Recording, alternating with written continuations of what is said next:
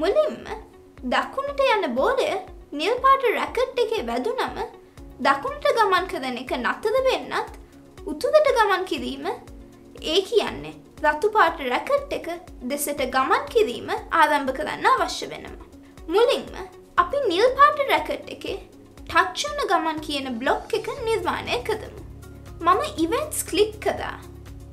දැන් when touches block එක workspace එකට drag කළා.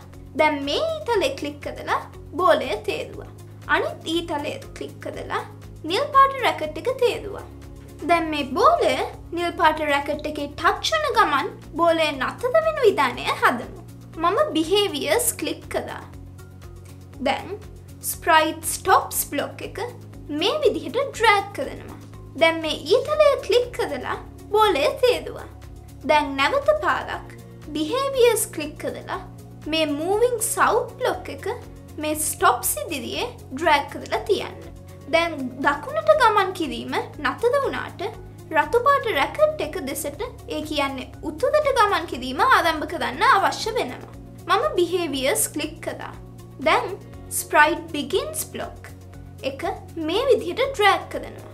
දැන් මේ ඊතලේ ක්ලික් කරලා බෝලය තේරුවා.